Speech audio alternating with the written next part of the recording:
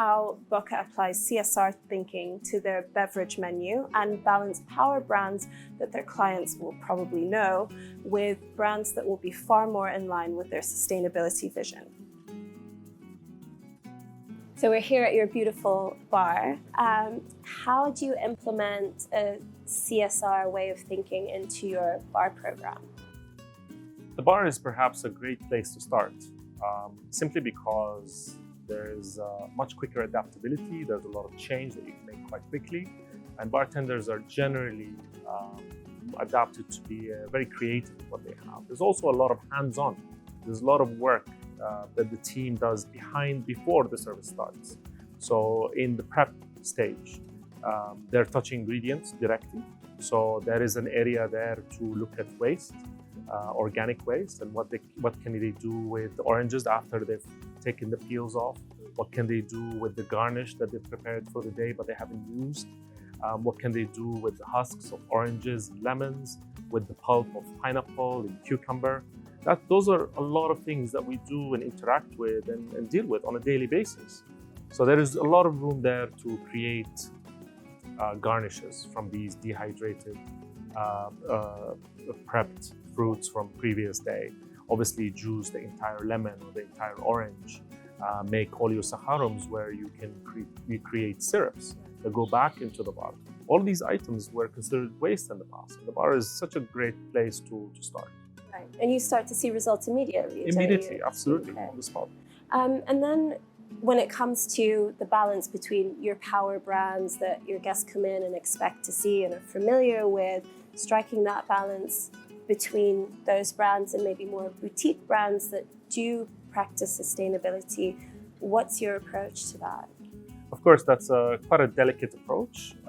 You want to satisfy your guests because at the end of the day, that is really what we are here to do. So you need to give them what they want, but through trust. I think now we're at the stage where people recognize what we do. They have a lot of trust in us and in our approach. So guests are willing to experiment, willing to test, willing to hear us and listen to the stories that we have to tell. And our stories are obviously stories of our partners, our suppliers, whether they're small or big. And we're seeing obviously a huge shift, even among obviously the big brands. They're understanding that this is quite an important topic. And they have a huge opportunity to make a change because of their slightly larger operation. Right. And then in terms of limitations, be it creative or financial, how do you overcome those? Once you've implemented your sustainable practices at the bar, what are some things that you've done to kind of overcome those creative or financial limitations? Actually, we find this whole, the approach, when we approach an issue such as reducing waste or maximizing utilization of a certain ingredient, that actually allows for the creativity to come in.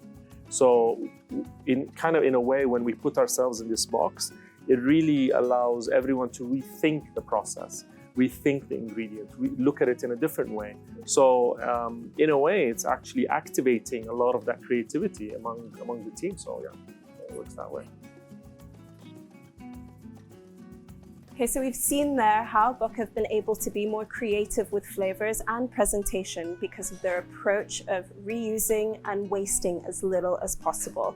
This has created new ingredients for the team to play with, as well as opening new approaches to their drinks creation and presentation. So it's seen as an opportunity to be creative rather than a restriction. Clients are very well informed when it comes to power brands and expect that venues are making the right decisions by quality rather than purely on the size and scale of each brand.